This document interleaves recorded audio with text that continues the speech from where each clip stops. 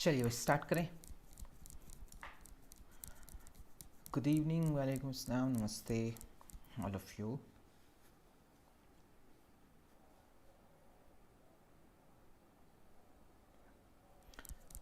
हम क्या पढ़ रहे थे, एक बार रिवाइज कर लेते हैं। हमारा चल रहा है unit 3 fiction short stories, lecture number 5 fiction in modern age. आज ये फिनिश हो जाएगा, ठीक है। हमने सबसे पहले फिक्शन पढ़ा था मॉडर्न एज में और उसके की फीचर्स और ट्रेंड्स पढ़े थे, ठीक। और इसके बाद हमने कुछ नाम पढ़े थे जो कि इम्पॉर्टेंट थे इस दौर के। फिर हमने कुछ नामों को डिटेल में पढ़ना शुरू किया था, जिसमें हमने जेम्स जॉयस को सबसे पहले पढ़ा था, उसके बाद जोसेफ कॉनरेड को पढ़ा था। जोसेफ कॉनरेड को पढ़ने के बाद हमने वर्जीनिया वुल्फ को पढ़ा था डिटेल में, और आज हमें पढ़ना है जॉर्ज ऑरवेल को, ठीक है। मॉडर्न एज में फिक्शन में जॉर्ज ऑरवेल मेरे पर्सनल फेवरेट हैं और ये बहुत बहुत बेहतरीन राइटर हैं, रेवोल्यूशनरी राइटर। चलिए स्टार्ट करते हैं इनके बारे में पढ़ना, तो सुनिएगा। जॉर्ज ऑरवेल का लाइफ स्पेन है 1903 से 1950, 1903 से 1950 तक। बॉर्न एरिक आर्थर ब्लेयर, जब पैदा हुए तो नाम था एरिक आर्थर ब्लेयर। PYQ है एग्जाम का। वॉज अ ब्रिटिश नॉवलिस्ट, ये एक ब्रिटिश नॉवलिस्ट थे, एसेइस्ट थे एंड जर्नलिस्ट थे और क्रिटिक थे। Known for his works that critic political systems, ये जाने जाते अपनी रचनाओं के लिए जिसमें इन्होंने पॉलिटिकल सिस्टम को क्रिटिसाइज किया and explore themes of power. और इन्होंने अपनी रचनाओं में कई थीम्स पर लिखा, जैसे कि power, operation, societal injustice. Orwell's fiction often focuses on issues of totalitarianism. Orwell अपनी फिक्शन में प्रायः टोटेलिटेरियनिज्म के मुद्दे पर फोकस रखते थे, ठीक है। एक छत्र शासन जो होता है किसी व्यक्ति का, सिर्फ एक आदमी की चलती है देश में पॉलिटिकल सिस्टम में। सोशल इनइक्वालिटी पर लिखते थे, सामाजिक अन्याय पर, and the use of language as a tool of control, और वो भाषा के इस्तेमाल को कंट्रोल करने की एक टूल के रूप में देखते थे। हिज क्लियर डायरेक्ट प्रोज, ये क्लियर लिखते थे और डायरेक्ट लिखते थे, एंड शार्प पॉलिटिकल इंसाइट्स दिया करते थे, have made him one of the most influential writers. इन चीजों ने इन्हें सबसे प्रभावशाली राइटर्स में से एक बनाया 20th सेंचुरी का। बायोग्राफी पढ़ते हैं पहले इस आदमी की और उसके बाद इनकी रचनाओं के बारे में बात करेंगे। Biography. Early life. Orwell was born in India, जी हाँ, ये बहुत इंपॉर्टेंट बात है। ऑरवेल पैदा हुए थे भारत में। Where his father worked for the British colonial government, George Orwell के पापा भारत में ब्रिटिश सरकार के लिए काम करते थे। He was educated in England, शिक्षा दीक्षा इंग्लैंड में ही हुई, and later worked as a colonial police officer in Burma. बाद में इन्हें एक कॉलोनियल पुलिस ऑफिसर बनाकर भेजा गया बर्मा, यानी कि म्यांमार में, हमारे पड़ोस में ही। Experiences that influences anti imperialist stance, यहां पर कुछ अनुभव हुए और इस आदमी को साम्राज्यवाद से नफरत हो गई, ठीक है। इन्हें लगा कि ये कोई बात नहीं होती कि तुम दूसरे देश में जाओगे, वहां पे कब्जा कर लोगे और वहां पे सरकारें चलाओगे। इन्हें इंपीरियलिज्म से नफरत हो गई।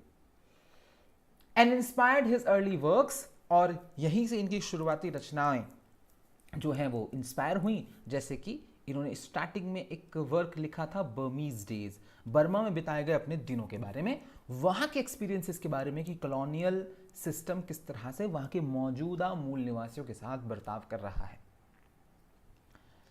पॉलिटिकल व्यूज की बात करते हैं। ये एक डेमोक्रेटिक सोशलिस्ट थे, ठीक है, समाजवादी आदमी थे। Orwell was deeply concern with the abuses of power, ये बहुत चिंतित रहते थे कि भाई पावर का बहुत गलत इस्तेमाल किया जाता है, सत्ता जिसके पास में हो वो बहुत गलत इस्तेमाल करता है सत्ता का।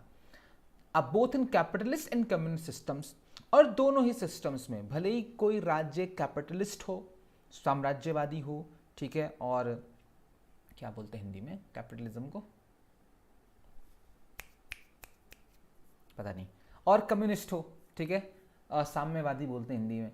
तो कम्युनिस्ट सिस्टम हो या कैपिटलिस्ट सिस्टम हो, दोनों ही सिस्टम्स में जो सत्ता का अब्यूज है, जो पावर का अब्यूज है, वो देखने को मिलता है और इन्हें चिंता होती थी। He fought in the Spanish civil war on the side of the republicans, ये स्पेनिश सिविल वॉर में लड़े रिपब्लिकन्स के साथ, and became disillusion with the corruption with the leftist factions. अब इन्हें लगता था कि जो लेफ्टिस्ट फैक्शन है, जो लेफ्ट का धड़ा है, वो करप्ट नहीं होता। वहां पता लगा कि वो भी करप्ट है, which later informed his criticism of totalitarianism. बाद में इन्होंने क्रिटिसिज्म किया टोटलिटेरियनिज्म पर अपने अनुभवों को लेकर। तो हाँ, पूंजीवाद, thank you Zara and Sonia. So अब देखो, जॉर्ज ऑरवेल को ना आप एकदम ऐसे कह सकते हैं कि ये जहां गया वहां ठगा गया, ठीक है। और हकीकत यह है कि अगर आप पॉलिटिकली मोटिवेटेड आदमी नहीं है, आइडियोलॉजिकली मोटिवेटेड आदमी नहीं है, और आप वाकई चीज़ें समझना चाहते हैं और वाकई आपके अंदर इंसानियत है, तो हकीकत तो यही है कि आप किसी भी पॉलिटिकल सिस्टम को अडेप्ट करेंगे अपनी लाइफ में, वहाँ कमियाँ देखेंगे और आपको ये एहसास हो जाएगा कि ओके, ठीक है, कि ये सब खराब है। अब चाहे आप लेफ़्ट फैकल्टीज़ की तरफ जाएं, राइट फैकल्टीज़ की तरफ जाएं, एक बीच का दायरा भी हमारे देश में पंडित जवाहरलाल नेहरू का शुरू किया हुआ, वहाँ पर आप जाएं। अलग अलग जो दर्शन है राजनीति की पूरी दुनिया में, जब आप उनके बारे में पढ़ेंगे जानेंगे से ज़्यादा जब आप उन्हें एक्सपीरियंस करेंगे तो आप अपने आप को ठगा हुआ महसूस करेंगे, ठीक है। खास तौर से तब जब आप बहुत उम्मीदें कर लें उस सिस्टम से कि भाई ये सिस्टम हमारी ज़िंदगी बदल देगा, ये सिस्टम हमारे समाज को बदल देगा, ये पॉलिटिकल बिलीफ हमारे समाज को बदल देगा, और ऐसा होगा नहीं। तो ऐसे कई सारी चीज़ें जॉर्ज ऑरवेल के साथ हुई, ठीक है, अपनी ज़िंदगी में। वहाँ से वो सारा इल्यूजन ख़त्म हो गया इस आदमी का। Later life and health, Orwell spent much of his later life in poverty. देखो, बाद का जीवन ज़्यादातर गरीबी में बिताया। बैटल ट्यूबरक्लोसिस, टीबी से लड़े, which eventually led to his death in 1950। आखिरकार इसी टीबी से 1950 में मौत हुई। डिस्पाइट हिज स्ट्रगल्स, अपने स्ट्रगल्स के बावजूद, his final years produce two of his most famous works. अपने आखिरी दिनों में इस आदमी ने अपनी ज़िंदगी के 2 सबसे फेमस रचनाएं लिखी, ठीक है। इसी के लिए फेमस है भाई आदमी। एनिमल फार्म, इस पर वीडियो है चैनल पर, ज़रूर देखिएगा और हो सके तो पढ़िएगा, ठीक है। और 1984 इसे पढ़िएगा। और अभी अगर आपने इसे पढ़ लिया 1984 को, डर जाएंगे आप लिटरली। अभी मौजूदा अपने देश की हालत को देखते हुए आपको लगेगा ओ माय गॉड, जो जॉर्ज ऑरवेल इसमें लिख रहा है 1984 में, तो सब हमारे देश में हो रहा है, ठीक है। तो बहुत डर लगता है। हमने अभी रिसेंट पढ़ा था ऐसे कोविड के आसपास 1984 को, और भाई मैं बहुत डर गया था। और मैं इतना डर गया था कि मैंने डीप डाउन में मन में ये सोच रहा था कि okay, I think I will leave India, ठीक है, नियर फ्यूचर, ठीक है, कि यहाँ का तो फ्यूचर नहीं है अभी, ठीक, क्योंकि पॉलिटिकल एनवायरनमेंट बहुत ज़्यादा ख़राब हो रखा है। और जो 1984 में लिखा गया, ओहो, एक एक चीज़ मैच होती है, एक एक चीज़ मैच होती है अभी मौजूदा दौर की, एक एक चीज़ तो खतरनाक है। पढ़िए ज़रूर 1984, ज़रूर पढ़िए एनिमल फार्म आप यूट्यूब पर देख सकते हैं चैनल पर हमारे। मेजर वर्क्स इन फिक्शन की बात करें तो नॉवेल्स, सबसे पहला और सबसे इंपॉर्टेंट और सबसे फेमस नॉवल है इनका एनिमल फार्म। थीम्स पावर, सत्ता के बारे में है, ठीक है, करप्शन के बारे में है, प्रोपेगेंडा के बारे में है, क्लास स्ट्रगल के बारे में है, और बिट्रेयल, रेवोल्यूशंस के, क्रांति के दौरान जो धोखे मिलते हैं उनके बारे में है। नैरेटिव स्टाइल की बात करें तो ये एक पॉलिटिकल एलिगरी है, ये एग्जाम में क्वेश्चन आ चुका है। ये एक पॉलिटिकल एलिगरी है, प्रेजेंटेड एज अ फेबल, इसे एक फेबल, जानवरों की कहानी के रूप में पेश किया गया है। Who overthrow their human farmer, जो अपने इंसानी किसान को, ठीक है, गद्दी से उतार देते हैं। In an effort to establish equality, वो कोशिश करते हैं इक्वालिटी स्टैब्लिश करने की अपने फार्म पर। The pigs however soon became as tyrannical as the humans, लेकिन जल्दी ही पिग्स जो होते हैं वो इतने ही निरंकुश हो जाते हैं जैसे कि इंसान थे।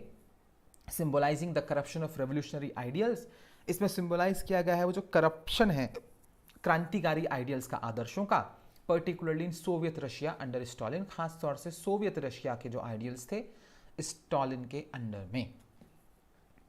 की कॉन्सेप्ट की बात करें तो द फेमस लाइन, जो फेमस लाइन है इस नॉवल की, all animals are equal but some animals are more equal than others, कि सारे जानवर बराबर हैं लेकिन कुछ जानवर, ठीक है, ज़्यादा बराबर हैं दूसरे जानवरों से। एनकैप्सुलेट्स द कोर मैसेज, ठीक है, ये एनकैप्सुलेट करता है वो जो कोर मैसेज है, ठीक है, ऑफ द नॉवल का, critiquing the nature of power and equality, की जो नेचर है ना सत्ता का, ठीक है, उसके बारे में है ये लाइन, और जो इनइक्वालिटी है उसके बारे में है।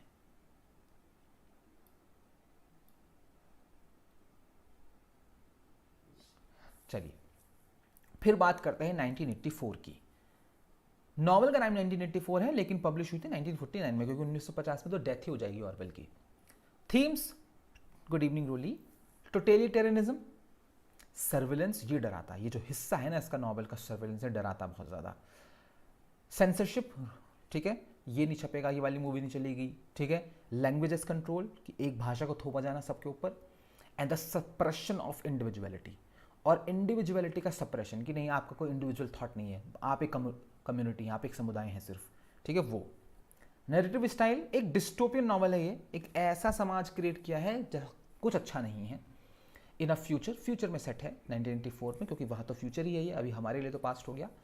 Where the world is ruled by totalitarian regimes, जहाँ पर दुनिया एक टोटेलिटेरियन रिजाइम से गवर्न हो रही है।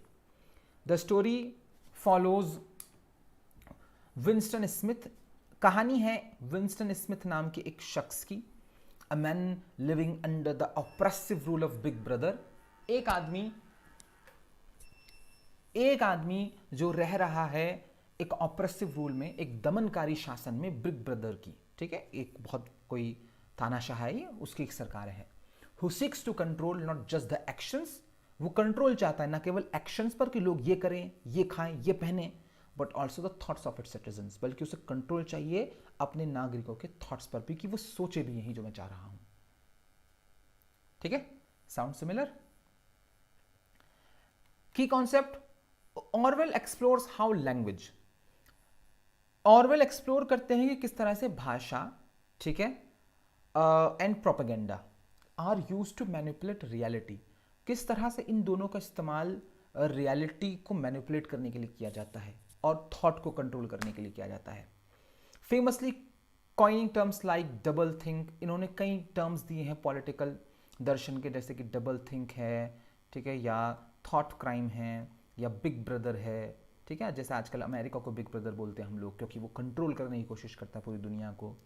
The novel serves as a warning about the dangers of unchecked government power, ये नॉवल वार्निंग देती है कि अगर आप अपनी सरकार को चेक नहीं करेंगे कि वो क्या कर रही है, ठीक है, तो उसके जो खतरे हैं वो आप झेल नहीं पाएंगे, ठीक है। चलिए तीसरा बात करते हैं बर्मीज डेज की, जो इन्होंने स्टार्टिंग में लिखा था 1934 में। इंपेरियलिज्म पर लिखा, साम्राज्यवाद पर, रेसिज्म पर लिखा, क्लास पर लिखा और मोरल डिके पर लिखा, नैतिक पतन पर। Narrative style set in Burma, Burma पर सेट है, अभी जिसे हम म्यांमार बोलते हैं, where Orwell himself had served as a police officer, अभी जैसे ऊपर बताया कि ऑरवेल ने खुद वहां पर सेवाएं दी हैं एक पुलिस ऑफिसर के रूप में। His novel explores the corruption and moral emptiness of British colonialism, इस नॉवल में एक्सप्लोर किया गया है वो करप्शन और जो वो नैतिक रूप से खालीपन था ब्रिटिश उपनिवेशवाद का, उसको। एक प्रोटैगनिस्ट दिखा है इसमें, John Flory is a lonely and disillusioned man, ये एक अकेला और डिसइल्यूजन्ड मैन है, who is caught between his disdain for British rule, वो बटा हुआ है, एक तरफ से नफरत है ब्रिटिश राज से, and his inability to break away from it, दूसरी तरफ वो अशम भी है कि वो इससे छुटकारा नहीं पा सकता। नंबर 4, कीप द एस्पेडिस्ट्रा फ्लाइंग 1936, ठीक है, एक और रचना इनकी। थीम है गरीबी दिखाई है, क्लास स्ट्रगल दिखाया है, कमोडिफिकेशन ऑफ आर्ट दिखाया है कि कला किस तरह से बदलती है, और पर्सनल इंटेग्रिटी की बात होती है। नैरेटिव स्टाइल में देखा जाए तो the novel tells the story of Gordon Comstock, इसमें एक कैरेक्टर दिखाया है गॉर्डन कमस्टॉक, जो कि एक पोएट है, who rebels against the capitalist system, और ये एक पूंजीवादी सिस्टम के खिलाफ विद्रोह कर देता है, and it's focus on materialism, और किस तरह से पूंजीवाद मटेरियलिज्म पर फोकस करता है कि बाइक ले लो, आपके घर में फ्रिज होना चाहिए, आपके घर में ये होना चाहिए, choosing poverty as an act of defiance, वो गरीबी चुनता है कि मैं तुम्हारी बात नहीं मानूंगा, तुम नहीं बताओगे मुझे क्या खरीदना क्या नहीं, मैं गरीब रहूंगा, झोपड़ी में रहूंगा मैं तो। However, he struggles with the consequence of his choices, अब अपने चॉइसेस के परिणामों से स्ट्रगल करता है। अब गरीबी में रहेगा तो खाना नहीं मिलेगा, है ना, ज़रूरतें पूरी नहीं होंगी। And is conflicting desire for success, दूसरी तरफ ये डिज़ायर करता है कि मैं सफल हो जाऊंगा, इसको रिकग्निशन मिलेगा, वो इसे मिलता नहीं। कमिंग अप फॉर एयर 1939 का एक और इनका नॉवल, थीम्स नॉस्टैल्जिया, अतीत की याद, चेंज, वॉर और द लॉस ऑफ इनोसेंस। इस पर यह लिखा गया है। नरेटिव स्टाइल की अगर बात करें तो this novel follows George bowling. इस नॉवल में एक कैरेक्टर है जॉर्ज बाउलिंग, एक middle aged man who reflects on his pre world war first childhood. इसमें वो याद करता है वर्ल्ड वॉर फर्स्ट से पहले के अपने बचपन को, कि कितनी बढ़िया दुनिया थी वॉर से पहले, and the loss of the simple pleasures of life. और अब वॉर के बाद किस तरह जो सिंपल से प्लेजर्स हैं जीवन के, कि खेत में जाके फल तोड़ लेना, नदी के किनारे बैठ जाना, वो मिसिंग है। As Europe teeters on the brink of world war second, क्योंकि अब यूरोप जो है वो वर्ल्ड वॉर सेकेंड के किनारे पर, सिरहाने पर खड़ा है। The novel explores how modernity and war, ये नॉवल एक्सप्लोर करता है कि किस तरह से आधुनिकता ने और युद्ध ने इरोड इंडिविजुअल फ्रीडम को छीन लिया है और सेंस ऑफ सेल्फ छीन लिया है। अब लोग मछली पकड़ने नहीं जा पा रहे, पता नहीं कहां से मिसाइल गिर जाए, ठीक है। तो वो जो फ्रीडम है इंडिविजुअल की, वो जो सेंस ऑफ सेल्फ है, वो जो छीना गया वर्ल्ड वॉर फर्स्ट और सेकंड के बीच में, वो बहुत खराब था, ठीक है। बस उसी पर लिखा है ये नॉवल। एसेज और नॉन फिक्शन की अगर बात करें इनके, तो while Orwell is primarily celebrated for his novels, Orwell primarily celebrate किए जाते हैं कि इन्होंने नॉवेल्स लिखे हैं बहुत अच्छे अच्छे, लेकिन his essays and non fiction works are just as significant. Essays जैसे कि इनका एक ऐसे बहुत फेमस है, politics in the English language, और इनकी एक बुक है होमेज टू कैटालोनिया 1938 में, an account of his time fighting in the Spanish civil war. ये अपने उस जमाने की कहानी बता रहे हैं जब ये सिविल वॉर लड़ रहे थे स्पेन में जाकर। Are critical to understanding his views on politics, ये बहुत ही क्रिटिकल हैं दोनों रचनाएं। इससे आपको समझ पैदा होती है कि जॉर्ज ऑरवेल के विचार क्या हैं पॉलिटिक्स को लेकर, लैंग्वेज को लेकर और सोसाइटी को लेकर। चलिए खैर, इनकी नॉन फिक्शन की बात यूनिट 4 में करेंगे, क्योंकि यूनिट 4 में नॉन फिक्शन ही पढ़ने वाले हैं हम लोग, तो वहाँ दोबारा से शायद इनकी बात हो। अभी नोट्स बना रहे हैं, आज ही बैठे थे नोट्स बनाने उसके, तो अभी तो एंग्लो नॉर्मल और चौसरियन एजी के नोट्स बने हैं, तो विल सी कि क्या ऐड कर रहे हैं हम और क्या ऐड नहीं कर पा रहे हैं।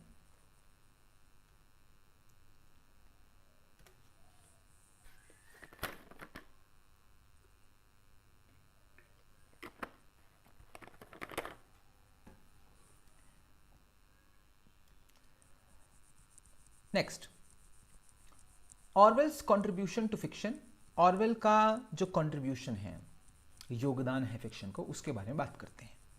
सबसे पहला योगदान तो इस आदमी का पॉलिटिकल एलिगरी को लेकर ही है। इनसे बेहतर पॉलिटिकल एलिगरी किसी ने नहीं लिखी, ठीक है। Orwell's fiction often serves as a direct commentary.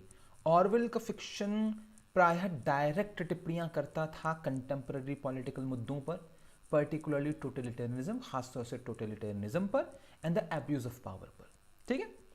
His works are rooted in his belief in democratic socialism. इनकी रचनाएं जो थी वो रूटेड थी क्योंकि इनको विश्वास था डेमोक्रेटिक सोशलिज्म पर, ठीक है, लोकतांत्रिक समाजवाद पर, and a deep concern for the way political systems manipulate and oppress people. और ये बहुत चिंतित रहते थे कि जो पॉलिटिकल सिस्टम है वो किस तरह से मैनिपुलेट करते हैं और लोगों का दमन करते हैं, ठीक है। Language as a tool of power. जी हाँ, एक विचार इन्होंने दिया था कि भाषा जो है ना वो सत्ता का एक टूल है। Orwell explored how language could be used to control thought.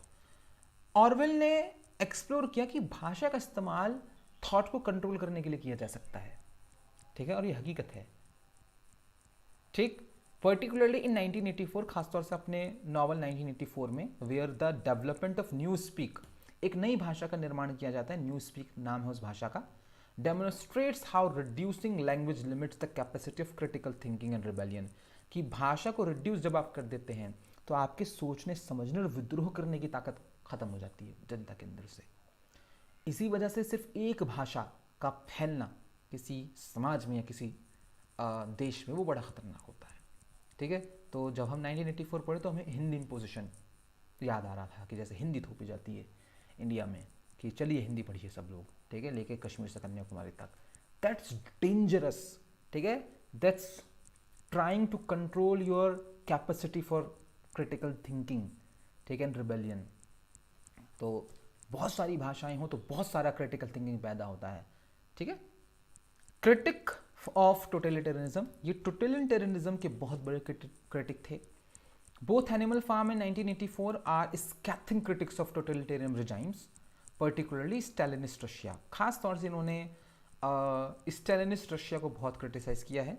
Orwell warned about the dangers of centralised power. Orwell चेतावनी दिया करते थे कि जो एक सेंट्रलाइज्ड पावर होती है, जब एक आदमी के पास सारी ताकत होती है, उसके खतरे हैं। And how such regimes manipulate history, और इस तरह के रिजाइम्स हिस्ट्री के साथ छेड़छाड़ करते हैं, सच को छिपाते हैं और इंडिविजुअल थॉट को पनपने नहीं देते, ठीक है, कि जुबैर सैफी इंडिविजुअली क्या सोचता है, वो उसे क्या चाहिए, वो उसे सोचने नहीं देंगे। कि आप जुबैर सैफी के रूप में मत सोचो, एज अ कम्युनिटी सोचो कि तुम्हें क्या चाहिए, ठीक है, उसके अपने खतरे हैं। रियलिज्म विद पॉलिटिकल इंसाइट, एक योगदान इनका ये भी है कि इन्होंने पॉलिटिकल इंसाइट लिखा, बट वास्तविक रूप से। Unlike many modernist writers of his time, देखो इनके ज़माने के बहुत सारे मॉडर्निस्ट राइटर्स हैं, उनकी तरह तो नहीं, but Orwell's style is often plain and direct.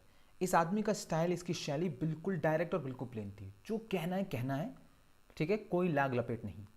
Which serves to communicate his political ideas, और इस वजह से इन्होंने उसका इस्तेमाल किया स्टाइल का अपने आइडियाज को क्लियरली कन्वे करने के लिए और पावरफुली कन्वे करने के लिए। ये इनका फोटो है भाई जॉर्ज ऑरवेल का। ही believe that clear writing was essential, इनको लगता था कि क्लियर राइटिंग बहुत ज़रूरी है टू क्लियर थिंकिंग के लिए और मोरल इंटेग्रिटी के लिए। मेकिंग हिज वर्क्स एक्सेसिबल, ये अपनी रचनाओं को एक्सेसिबल बनाते थे कि लोगों को समझ आए, लोगों तक पहुँचे, but profound in their implications, लेकिन इम्प्लीकेशंस बहुत प्रोफाउंड था। तो कुछ राइटर्स के पास ना एक ताकत होती है कि वो डायरेक्टली और प्लेनली और क्लियरली लिखकर भी बहुत गहरा दर्शन कर सकता है। तो एक तो ये हमें जॉर्ज ऑरवेल की किताबों में नज़र आई है कि वो बहुत आसान भाषा में बहुत ही टिपिकल कॉन्सेप्ट समझा देते हैं, बहुत टिपिकल मुद्दों को उठा देते हैं। ऐसी ही सेम कैपेबिलिटी जो उनके अंदर थी विलियम वर्ड्सवर्थ के अंदर, उन्होंने बहुत आसान भाषा में बहुत बेहतरीन दर्शन के बारे में कविताएं लिखी हैं। जैसे ऑर्डर इमॉर्टैलिटी है उनकी, मतलब खतरनाक कॉन्सेप्ट है, वो खतरनाक थ्योरी है, बट कितनी आसान लैंग्वेज है उस पोयम की। तो बहुत कम लोगों के पास वाली ताकत है, और इसमें ये दो नाम हमेशा मेरे दिमाग में आते हैं जब इस तरह का कोई मुद्दा होता है कि भाई इनसे बेहतर, इनसे आसान भाषा में और इनसे अच्छा फिलोसफिकल या पॉलिटिकल कोई नहीं लिख पाया है। इनकी लेगेसी को पढ़ते हैं ऑरवेल की। कल्चरल इम्पैक्ट की बात करें तो एक सांस्कृतिक इम्पैक्ट पड़ा है ऑरवेल का। Orwell's ideas and terms, Orwell के कुछ विचार और कुछ टर्म्स जो उन्होंने बनाए थे, जैसे कि बिग ब्रदर, डबल थिंक, ठीक है, थॉट क्राइम, ठीक है, और ऑरवेलियन, ठीक है, जो जॉर्ज ऑरवेल पर विश्वास करने वाले लोग हैं वो ऑरवेलियन कहलाए, have become ingrained in popular discourses. भैया वो तो पॉपुलर डिस्कोर्सेज का हिस्सा हो गया, ये वर्ड बहुत फेमस है वर्ड ये, ठीक है, पॉलिटिकल साइंस में। आर फ्रिक्वेंटली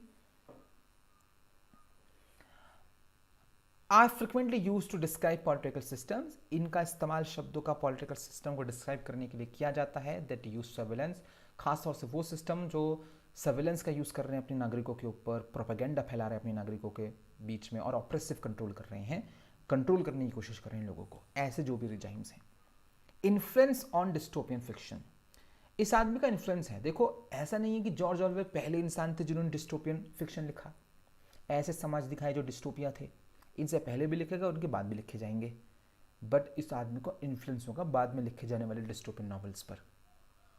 ऑरवेल का जो 1984 है, set the standard for dystopian fiction, उसने एक पैमाना तय कर दिया कि देखो डिस्टोपियन फिक्शन लिखोगे तो ऐसा लिखना या इससे बेहतर। इन्फ्लुएंसिंग काउंटलेस ऑथर्स, इस आदमी ने काउंटलेस ऑथर्स को इन्फ्लुएंस किया है, मार्गरेट एटवुड से लेकर जिन्होंने द हैंडमेड्स टेल लिखा था, और एल्डोस हक्सली तक जिन्होंने ब्रेव न्यू वर्ल्ड लिखा था, ये भी बहुत अच्छा नावल है। And film makers working in this genre, और खासतौर से वो फिल्म मेकर जो इस जॉनरा पर लिख रहे हैं, जो इस तरह की मूवीज़ बना रहे हैं जिसमें इस तरह की डिस्टोपियन सोसाइटीज़ दिखाई गई हैं, तो बहुत इन्फ्लुएंस है जॉर्ज ऑरवेल का, ठीक है।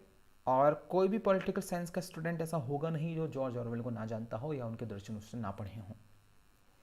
रेलेवेंस आज इनकी, प्रासंगिकता ऑरवेल की, मुझे ऐसा लगता है कि आज से ज़्यादा प्रासंगिकता है ही नहीं इस आदमी की, क्योंकि जितना टोटलिटेरियनिज्म दुनिया में उस टाइम नहीं था वर्ल्ड वॉर के दौरान जितना आज है। ठीक है, एक ग्रिप है कुछ पर्टिकुलर लोगों की पूरी दुनिया पर। ठीक है, फंसे हुए हैं बहुत बुरे, बहुत गंदे वाले। Orwell's exploration of authoritarianism, Orwell जो एक्सप्लोर करते हैं अथॉरिटी को कि देखो भैया अगर आप अथॉरिटेरियनिज्म में फंस गए कि एक ही आदमी की अथॉरिटी चलेगी देश के ऊपर, स्टेट कंट्रोल अगर हो गया कि स्टेट तय कर रहा है कि आप क्या खाएंगे, क्या पहनेंगे, कौन से त्यौहार मनाएंगे, कौन से नहीं मनाएंगे, क्या पूजा पद्धति अपनाएंगे, मैनिपुलेशन ऑफ ट्रुथ, सच के साथ छेड़छाड़ की जा रही है ना, fake news, fake media continues to resonate in discussions। ये आज भी रेजोनेट हो पा रहे हैं डिस्कशंस में about politics, media and freedom in the contemporary world. तो इस आदमी का रेलेवेंस बहुत है, जॉर्ज ऑरवेल का बहुत खतरनाक रेलेवेंस इसका। Orwell's clear eyed analysis of political systems, Orwell जिस तरह से क्लियर आइड एनालिसिस करते हैं पॉलिटिकल सिस्टम को, कंबाइन करते हैं अपने लिटरेरी टैलेंट को, has made him one of the most enduring writers of the 20th century. ये आदमी 20वीं शताब्दी के सबसे साहसी राइटर्स में से एक है। His works remain powerful warnings, इनकी रचनाएं एक पावरफुल चेतावनियां हैं about the dangers of totalitarianism, वो खतरा बताती हैं टोटलिटेरियनिज्म का, एंड द फ्रिजिलिटी ऑफ ट्रुथ। ठीक है, और जो फ्रीडम और ट्रुथ है वो बहुत ही फ्रिजाइल है सोसाइटी में, वो बताते हैं ये। ठीक है, तो सच बहुत फ्रिजाइल होता है, बहुत फ्रिजाइल। सच कुछ है लेकिन आपको कुछ और पता है। ठीक है, और फ्रीडम बहुत फ्रिजाइल है, आपसे आपकी फ्रीडम छीनी जा सकती है और आपको पता भी नहीं चलेगा कि छीनी जा चुकी है। ठीक है, तो उसके बारे में लिखते हैं, तो रिकमेंडेड है, पढ़िएगा ज़रूर। 1984 कभी मौका मिले 200-250 रुपये खर्च करिए और पढ़िए। किताबें तो पढ़िए भाई, बहुत ज़रूरी है आपके पर्सनल ग्रोथ के लिए किताबें। चलिए, तो लेक्चर नंबर 5 कंप्लीट हुआ, इसकी पीडीएफ हम आपको भेज देंगे आज, याद रहा तो, अदरवाइज कल। अभी हम स्टार्ट करते हैं लेक्चर नंबर 6 जो यूनिट 3 का आखिरी लेक्चर होगा।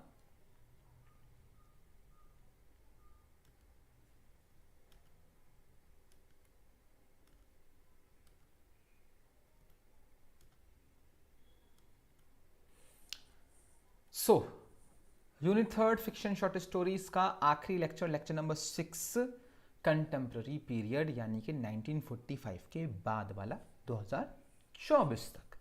अब 1945 से 2024 तक जो भैया फिक्शन है या शॉर्ट स्टोरीज हैं, बहुत लिखा गया है भाई, और बहुत बेहतर लिखा गया है, और बहुत बेहतर लिखा जा रहा है।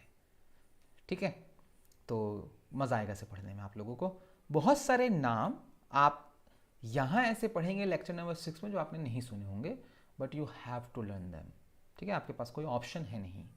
कंटेम्प्रेरी पीरियड स्टार्ट करते हैं, यानी कि समकालीन समय 1945 से 2024 तक, अब तक ऑनवर्ड्स। ठीक है,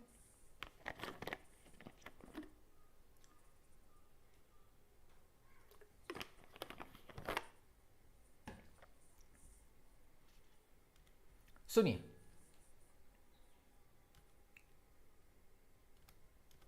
fiction and short stories in the contemporary period.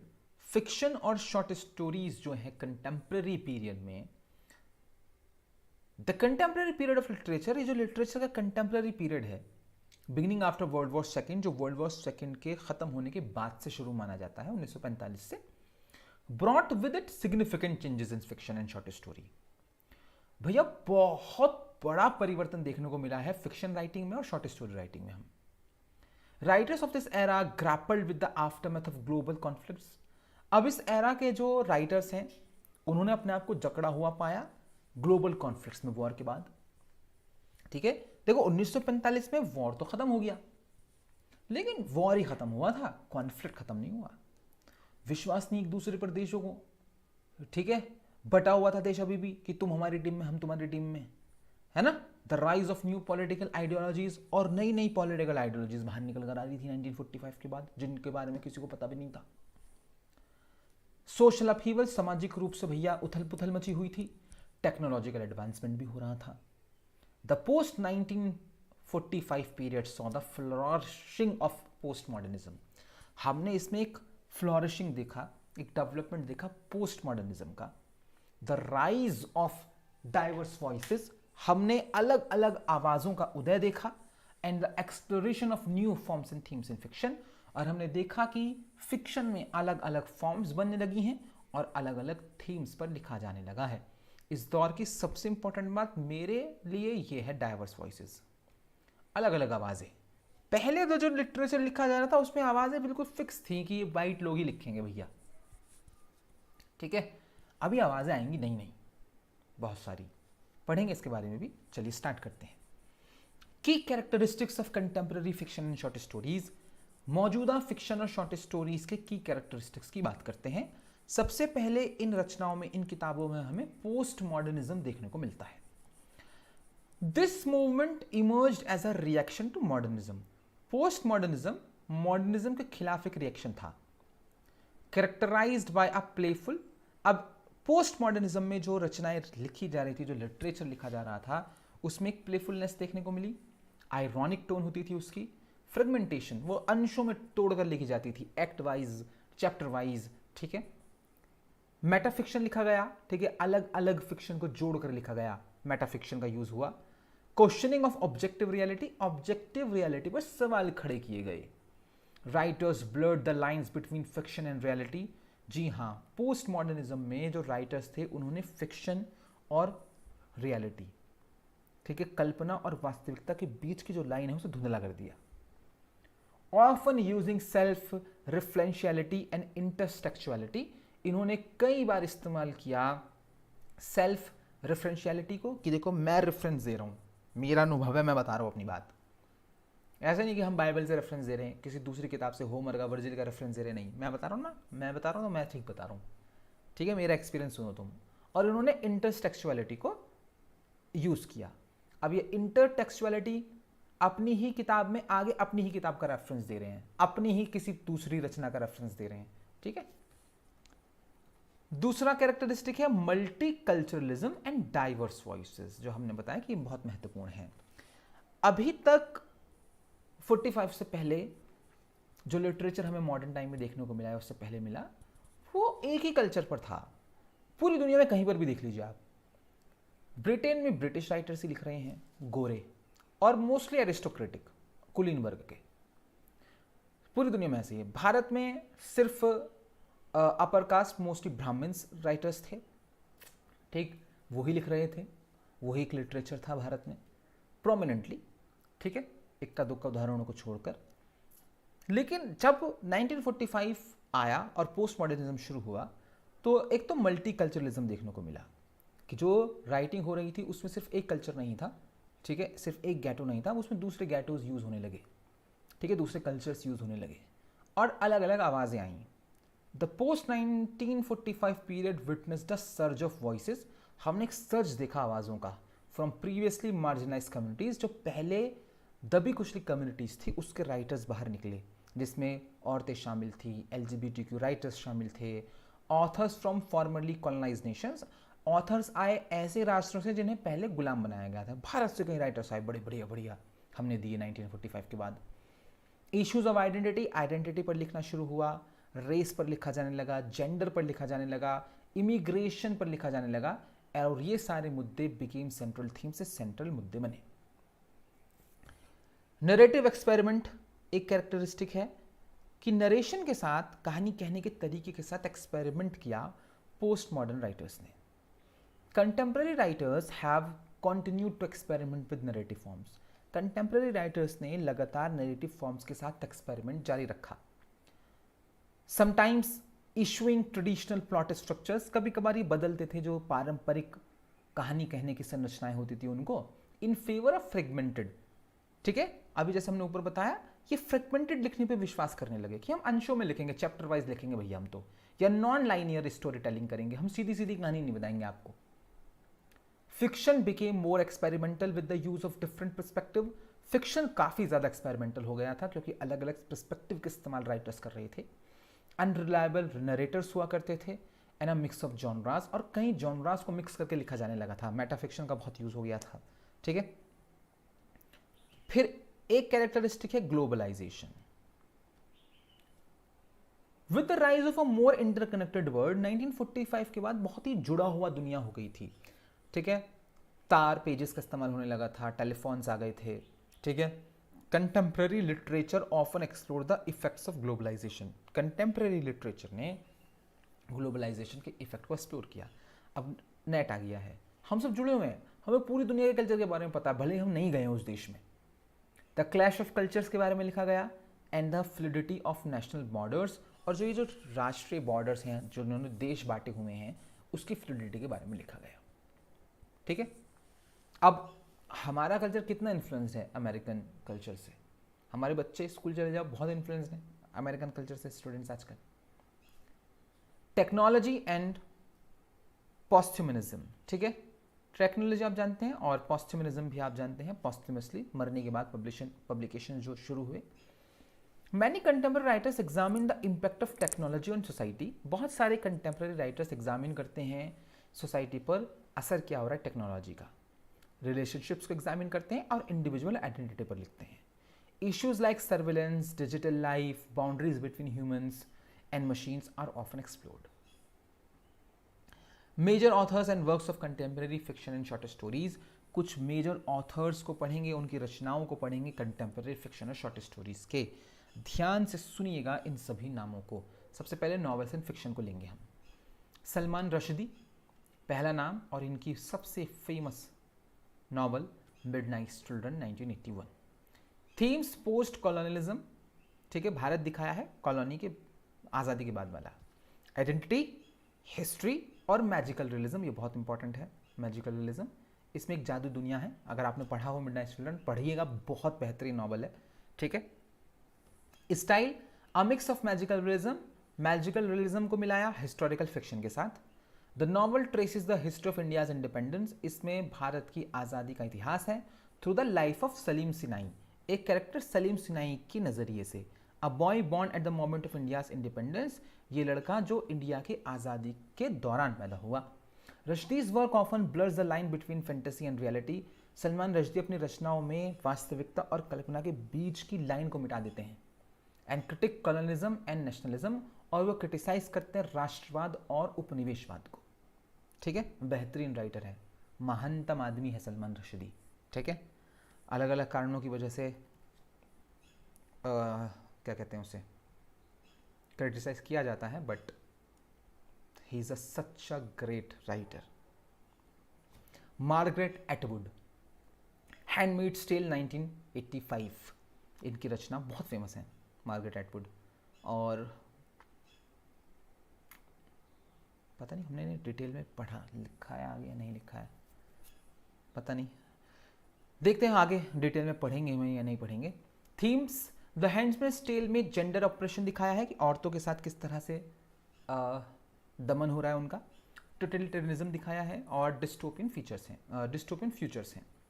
Style, एक डिस्टोपियन नॉवल है set in a future theocratic society, एक भविष्य की थियोक्रेटिक सोसाइटी दिखाई है। थियोक्रेटिक जो धर्म से चल रही है, वो women are reduced to their productive roles, वहाँ औरतों को धकेल दिया गया है उनके रिप्रोडक्टिव रोल्स में कि बस बच्चे पैदा करने तुम्हें। Atwood critics patriarchal power structures, Atwood इस नॉवल में क्रिटिसाइज करती हैं पितृसत्ता की जो पावर स्ट्रक्चर है उसको, and the ways language and societal norms enforce control, और वो बताती हैं कि किस तरह से भाषा और सोसाइटी के तौर तरीके कंट्रोल एनफोर्स करते हैं औरतों के ऊपर, ठीक है। एक नाम कंटेम्प्रेरी पीरियड में टॉनी मॉरिसन का है, बहुत फेमस आदमी है टॉनी मॉरिसन, और इनकी एक रचना है बिलव्ड 1987 की। स्लेवरी पर लिखी है ये, गुलामी पर, ट्रॉमा पर, मेमोरी पर और आइडेंटिटी पर। स्टाइल की बात करें तो मॉरिसन्स यूज ऑफ मैजिकल रियलिज्म, ये भी मैजिकल रियलिज्म का इस्तेमाल करते हैं और स्ट्रीम ऑफ कॉन्शियसनेस का यूज करते हैं। Explores the haunting effects of slavery on African American individuals and families, और वो जो हॉन्टिंग इफेक्ट्स हैं गुलामी के अफ्रीकन अमेरिकन इंडिविजुअल्स पर, उनके परिवारों पर, उसको लिखा है इन्होंने। Beloved examines the lingering trauma of the past, beloved को एग्जामिन करता है पास के उस ट्रॉमा को टू द स्टोरी ऑफ सीत। सीत नाम की एक महिला की कहानी है इसमें, जब वो गुलाम थी, ठीक है, haunted by the ghost of a dead daughter, और ये डरती है एक भूत से जो इसकी मृत बेटी का है। कांप जाएंगे आप इसे पढ़ के, इस नॉवल को पढ़ के, ठीक है, बहुत खतरनाक नॉवल है। फिर है डॉन डेलिलो, वाइट नॉइस करके इनका एक नॉवल है 1985 का। थीम है टेक्नोलॉजी पर लिखा है, मीडिया सैचुरेशन पर लिखा है, डेथ पर और कंज्यूमर कल्चर पर, ठीक है। DeLillo's post modern novel reflects on how media and consumerism have shaped modern life. इसमें वो बताते हैं कि देखो मीडिया ने किस तरह से और कंज्यूमरिज्म ने किस तरह से मॉडर्न लाइफ को शेप किया है। द प्रोटैगनिस्ट जैक ग्लैडनी, इसमें प्रोटैगनिस्ट है जैक ग्लैडनी नाम का, grapples with an overwhelming fear of death, उसे डर है मौत का, in a world dominated by white noise, एक दुनिया में जो वाइट नॉइज से भरी हुई है, ठीक है। अब इसके दोनों मीनिंग है, लिटरल भी और फिगरेटिव भी। वाइट नॉइज, ठीक है, सफ़ेद शोर, ठीक है, और यहाँ पे सफ़ेद शोर जो है जब आप नॉवल पढ़ेंगे तो उसके दोनों मीनिंग आप देंगे। इसका एक लिटरल मीनिंग भी है कि वो जो शोर है वो सफ़ेद है, और इसका एक फिगरेटिव मीनिंग भी है कि रंग ख़त्म हो गए हैं दुनिया से कंज्यूमरिज्म की वजह से और मीडिया की वजह से, ठीक है। और यहाँ मीडिया का मतलब आप प्रेस वाली मीडिया नहीं मानेंगे, ठीक है ना। मीडिया में टेलीविज़न भी है, मीडिया में सोशल मीडिया भी है, मीडिया में प्रेस मीडिया भी है, ठीक है, मीडिया में मैगजीन्स भी हैं, ठीक है, अवार्ड फंक्शंस भी हैं, मूवीज़ भी हैं, ये सब मीडिया है, ठीक है, मीडियन कम्युनिकेशन। चलिए, अरे यार ये आदमी बड़ा बहुत ही बढ़िया आदमी है, इसकी इनकी कोई किताब हमने पढ़ी है या रखी है शायद, हारुकी मुराकामी, ठीक है, नॉर्वेजियन वुड 1987। अगर आप थोड़ी सी भी हमारी बात माने तो भाई ये किताब पढ़िएगा, ठीक है। एलिनेशन पर बेस्ड है, अलग थलगवाद, लव, डेथ और मेमोरी। स्टाइल, मुराकामी ब्लेंड्स अ मिनिमलिस्ट ड्रीम लाइक नरेटिव, बहुत ही मिनिमलिस्ट और ड्रीम लाइक सपने के जैसी कहानी है, विद एग्जिस्टेंशियल थीम्स पर लिखते हैं, अस्तित्व पर लिखते हैं। His works often have surreal elements, इनकी रचनाओं में कई सरियल एलिमेंट्स होते हैं, but Norwegian wood is a more grounded, लेकिन ये नॉवल बहुत ही ग्राउंडेड है। कमिंग ऑफ एज नॉवल है, एक किरदार को छोटे से बड़ा होता दिखाया गया है, that explores complex relationships and emotional turmoil. इसमें एक्सप्लोर किया गया है जटिल रिश्तों को और इमोशनल टर्मोइल को, ठीक है, बहुत प्यारी। अब कंटेम्प्रेरी पीरियड में ये 5 नाम थे, ठीक है, फिक्शन के, और अब शॉर्ट स्टोरीज़ के बारे में पढ़ेंगे कि शॉर्ट स्टोरीज़ में कौन नाम बहुत फेमस हैं। यहाँ से हम परसों कंटिन्यू करेंगे, कल आपका ऑफ रहेगा बिकॉज ऑफ नेशनल हॉलीडे 2 अक्टूबर, ठीक है।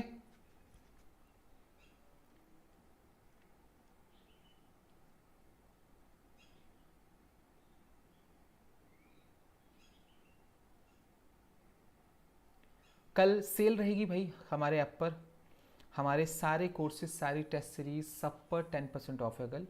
अगर आप वेट कर रहे थे किसी चीज़ को लेने का, किसी कोर्स को बाय करने का, तो आप ले सकते हैं।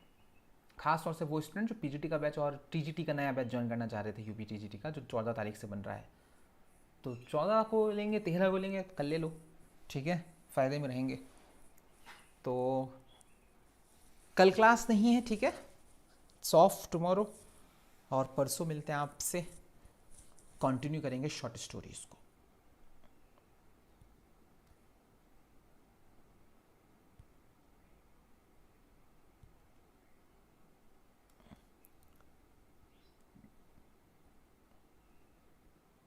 हाँ, सो उस पर भी है, नेट की जो टेस्ट सीरीज़ है उस पर भी ऑफ है कल, ठीक है। 2999 है कल, ये 276 के आसपास की बैठेगी 10% ऑफ के बाद, तो या